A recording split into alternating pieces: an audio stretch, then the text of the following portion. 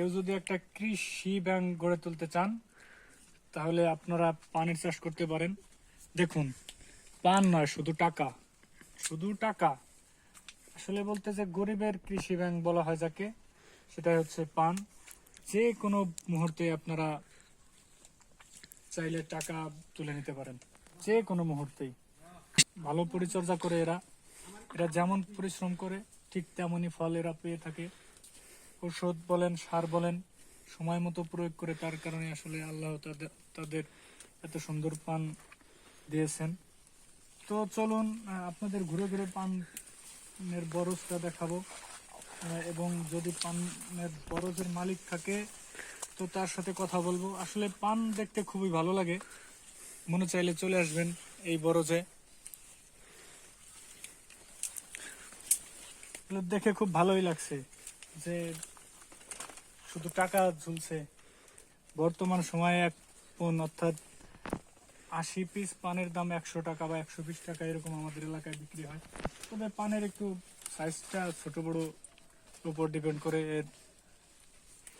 ছিলাম নিজের হাতে কিছু পান ভাঙতে, তো ভাই নিষেধ করলেন যে ভাই মাত্রই ওষুধ প্রয়োগ করা হয়েছে, তোমরা এসব খাইতে পারবে না, তো নষ্ট করে ফেলা দরকার নাই।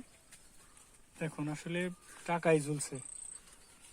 আমার দেখা মতে এটাই আসলে সেরা পানের বরজ ছিল। তো আপনাদের যাদের উঁচু জমি আছে তারা চাইলে এই পানের বরজটা দিতে পারেন।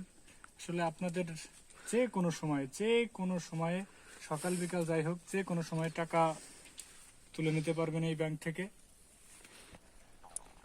তো চলুন আমরা পানের বরজের মালিকের কাছে একটু কথা বলবো, তার সাথে কিছু কথা বলবো যে আসলে এমন ব্যাংক সে কেমনে তৈরি করলেন, যে এই টাকার ব্যাংক কিভাবে সে তৈরি করলেন, তার সম্বন্ধে কিছু আপনাদের জানাবো।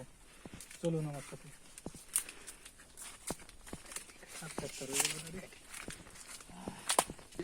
তো খুঁজতে খুঁজতে ভাইকে পেয়ে গেলাম, এখন তার সাথে একটু কথা বলে নিব যে ভাই আসলে এই খেতগুলো কেমন কি পরিচর্যা করে বা হ্যাঁ।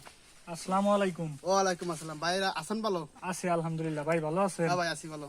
তাই এই ভর দুপুরে আপনি এই ক্ষেতের মাঝে কি করেন? এই ভাই কাজ কাম, এই বড়দের ব্যবসা তো, এই সব সময় পড়ে থাকি রাত দিন 24 ঘন্টা। এই কিন্তু খেত হলো মরে যাই, খেত গেছিল ডাউন হয়ে, বুঝছে? ও, অতিবৃষ্টির কারণে একটু হ্যাঁ, ক্ষতি। এই বৃষ্টি টিষ্টি, তারপরে এই যে পুরে গাদলা তো, এই জন্য এই লসে আছে। ঠিক আছে। ও আচ্ছা, যাই হোক, এই আবহাওয়ার কারণে সীমিত সময়ের জন্য কিছু লস হয়েছে। হ্যাঁ লস, অনেক চারা মরে গেছে, তাই না? মরে গেছে, বহুত চারা মরে গেছে, এই জন্য পানে হলো খুব লসে আছে। এই যাই হোক, এই বৃষ্টি বাদলা যদি শেষ হয়, আবার যদি সতেজ হয়ে আবার এখন উপর আল্লাহ যদি খেত যদি ফিরবি, আর নাহলে দেখা গেল কি যে ভাইঙ্গে চুরে লাইতিবি, আর এক জায়গায় নতুন চাষ করতে এই। ও তাই না? তো সব শেষ মিলাইয়া মোটামুটি লস লোকসান বা লস লাভ দিয়ে চলে ফিরে থাকা যায় একটা বড়। চলে ফিরে মনে করেন যে সংসার গৃহস্থলী কইরে করবালাছি, মনে করে টুকটাক বউ সাল নিয়ে খুব থাকা যায়। যাক। তো যদি কেউ এই কৃষি ব্যাংক তৈরি করতে চান তাহলে আমাদের পেজে বা আমাদের কমেন্টের মাধ্যমে জানাবেন, বা ঠিকানা বা কোনো কিছু দরকার হলে ইনশাল্লাহ আমরা সহযোগিতা করব।